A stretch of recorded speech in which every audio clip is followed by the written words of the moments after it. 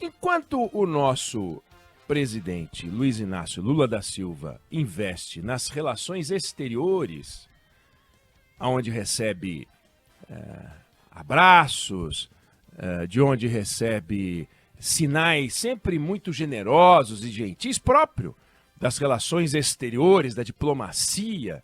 A diplomacia é feita de gestos, de simpatia, pela frente, pelas costas, as coisas acontecem, os desafios continuam os mesmos.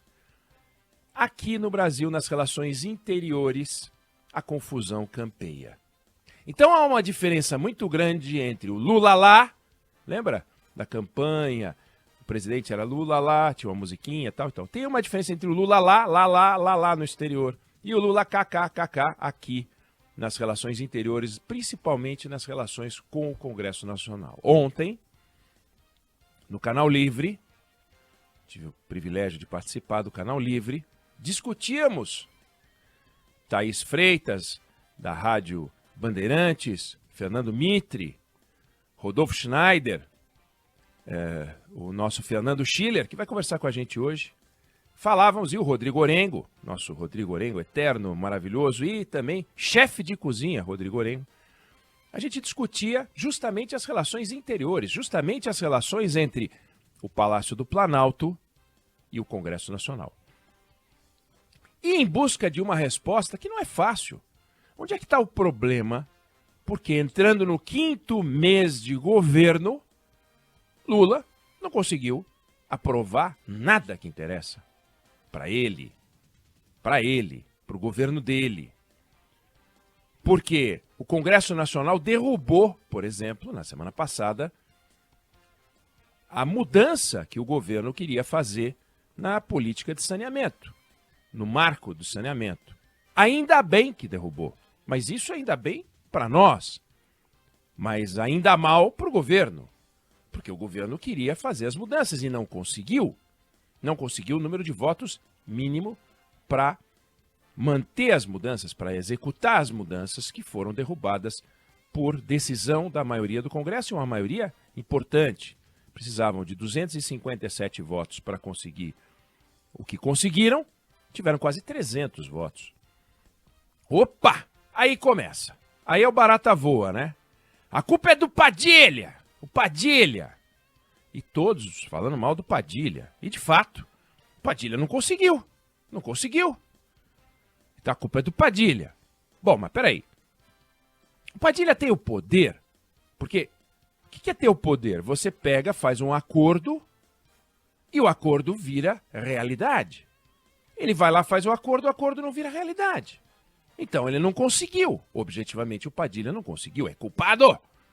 Mas você vai olhar por que ele não conseguiu. Porque ele faz um acordo e o acordo que ele faz não vale porque dentro do governo o que ele vai levar como acordo que ele celebrou não é respeitado. Então o problema não é que ele não tem poder de mudar, ou até tem nesse sentido, mas não o respeitam dentro do governo. E isso reflete na relação e na imagem que ele tem fora do governo. Ele passa a ser desrespeitado como um agente de representação do governo no Congresso Nacional.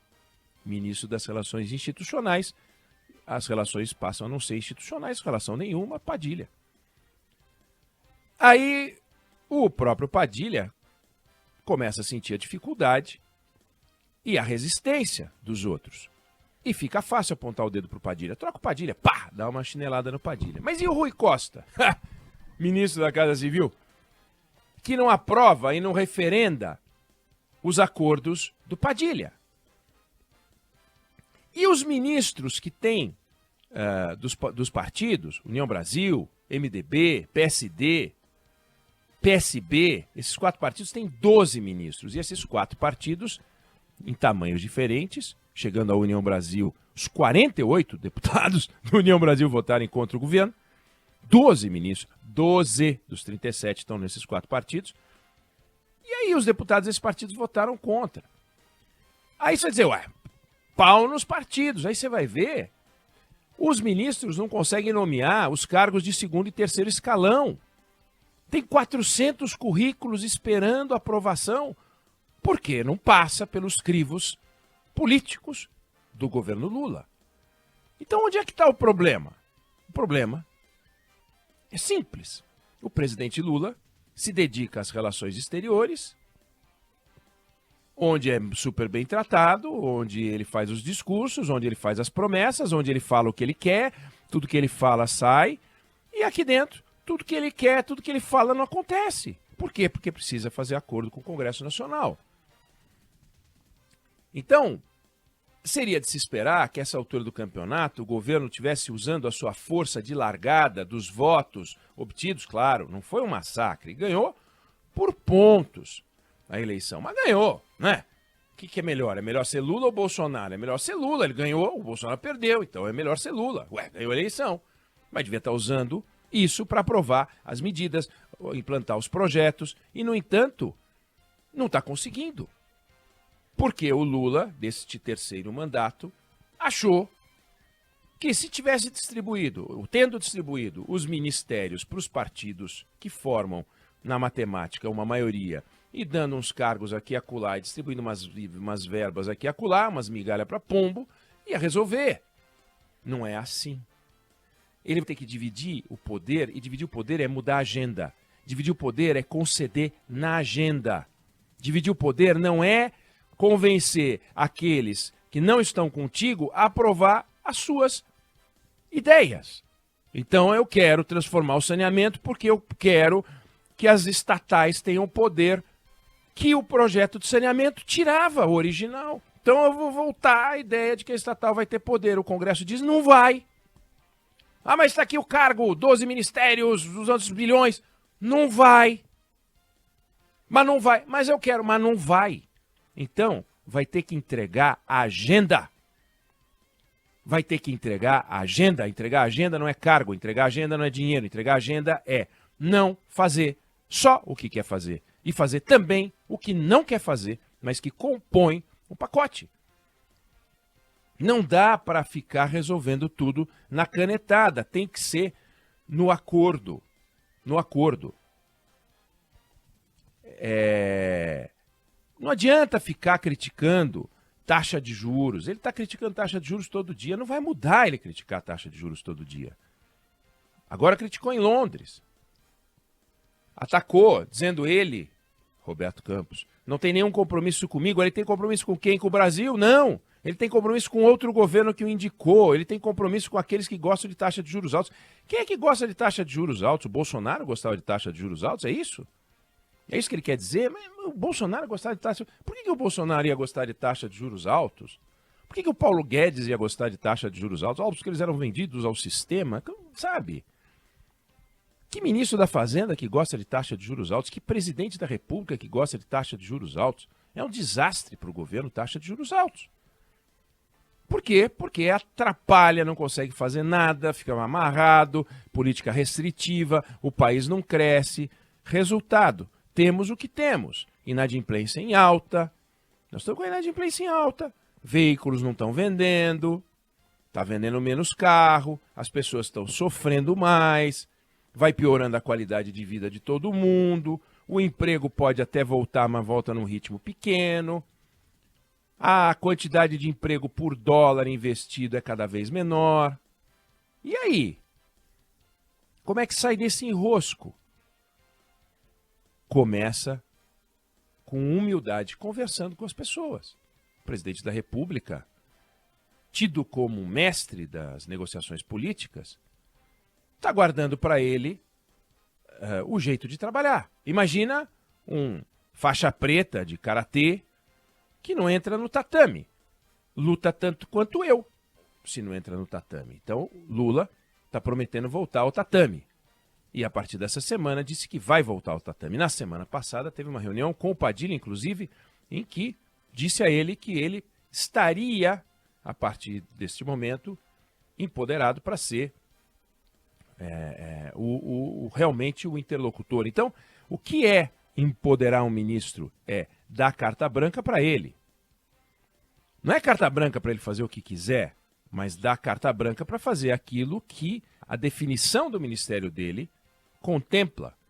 E ele tem que ter o poder para fazer acordos. E se fizer acordo ruim, troca. Agora, ele não pode fazer um acordo ruim ou bom e o acordo dele não valer, porque daí o acordo não é nem ruim nem bom. Ele faz papel de trouxa. Ou alguém acha que o Alexandre Padilha está adorando fazer papel de trouxa, aquele jogador de futebol que fica pedindo a bola e ninguém passa a bola para ele. Não está certo, não está bem montado. Aí Lula pega e dá uma frase em apoio ao Padilha, dizendo que é o melhor cara para cuidar da negociação, isso disse ele lá fora. Depois de, na reunião do Conselhão na semana passada, sugeri que ele deveria ter um desempenho no Congresso igual ao que tem no Conselhão. Quer dizer, é uma lá, uma cá. E vai fragilizando. Chega uma hora que é inevitável trocar o ministro. Ele disse que não vai trocar o ministro agora, que o ministro vai ficar. Então, que proteja o ministro, que dê a ele o poder que ele tem que ter. O ministro da Pesca tem que ser a palavra final sobre a pesca. Ainda que, não, na minha opinião, não deveria existir Ministério da Pesca. O ministro da Fazenda já está conquistando o seu tamanho. No começo foi recebido com desconfiança, o mercado olhando para o Haddad de uma forma meio torta. Hoje, o Haddad é considerado, olha, está aí um defensor contra os gastões do governo, contra a irresponsabilidade e uma voz sensata. Conquistou um tamanho diferente, bom para ele, bom para ele. Lula não deu uma peitada nele. Lula está dando mão forte para ele, embora Fernando Haddad tenha levado algumas bolas nas costas. Uma delas, talvez a mais significativa, foi prometer que as compras feitas até $50 vindas de online, principalmente sites chineses, não falava em sites chineses, mas é evidente que são sites chineses, seriam taxadas aqui. E falou, deu entrevista, eu, a Débora, o Fábio, a Juliana, entrevistando o secretário executivo do Ministério da Fazenda. Oh, como vai ser? E ele falando, e a gente, então vai ser assim? E ele respondia, e a gente achando que ia valer, e ele também, pelo visto, né? Então era uma entrevista, a entrevista deve ser a entrevista mais maluca do mundo, né? Que a gente recuperar, a gente fazendo pergunta séria, ele dando resposta séria, e o presidente da República, naquela altura, provavelmente já tinha decidido que não ia ter aquele troço, e a gente discutindo aquilo, porque parecia que ia ter, de repente vem o presidente, não vai ter mais, não vai ter mais. Aí o Fernando Haddad teve que voltar atrás. Mas não importa, o fato é, tem um tamanho, tem um peso e consegue impor, de alguma maneira, a agenda dele, ou pelo menos aonde ele vai, as pessoas levam a sério, porque sabem que, mesmo tomando uma invertida do presidente aqui ou ali, ele é o cara da Fazenda. Agora, o Padilha precisa ficar do tamanho do Haddad na sua função. Ele não pode ser um sub-interlocutor com o Congresso, um mini, sabe? Não dá, não pode. Liliput, ele é o negociador, mas de Liliput. Não pode funcionar assim. Então o presidente Lula, voltando agora da Inglaterra, viu príncipes, reis, rainhas e tal, né? E volte com humildade de uma pessoa normal, que não se sinta um rei e que faça o que ele já fez em governos anteriores. Chama para conversar, são 2 cafés da manhã, 2 almoços, 2 jantares, tem que tomar cuidado com a forma física. Dia desses aí, ele estava preocupado, disse que ia começar a fazer dieta para perder um pouco da barriga, ele disse. Então, come pouco, come uma frutinha, toma um cafezinho sem açúcar, mas senta para conversar, recebe as pessoas, ouça, faça os ajustes necessários para aprovar a agenda possível. Não a agenda impossível, que é impor ao Brasil um modo de ver que o Brasil não quer. O Brasil não quer ser um país socialista. O Brasil não quer ser um país socialista. Então não adianta ficar tentando empurrar coisinhas aqui e ali, porque tem no seu grupo de apoio pessoas que querem um Brasil socialista. Não vai virar. O Arthur Lira não vai deixar, o Rodrigo Pacheco não vai deixar, o Congresso Brasileiro não vai deixar. Não vai funcionar. Sociedade civil não vai deixar. O Brasil também não quer um país extremado, nem para um lado nem para o outro. A gente já mostrou qual é o nosso DNA. O nosso DNA é do equilíbrio. É centro-esquerda, centro-direita, tudo bem. Agora, nós não queremos a extrema-direita, nós não queremos a extrema-esquerda. Então, não adianta ficar buscando concessão aqui e ali e tentando empurrar golzinho de mão. Golzinho de mão não vai sair. Então, talvez, nós vamos torcer, porque ele recebeu alguns reveses, mas esses reveses não são fundamentais. Ele não perdeu nenhuma matéria fundamental. Essa mudança no saneamento, que bom que ele perdeu, mas não era fundamental para o governo vencer aquilo.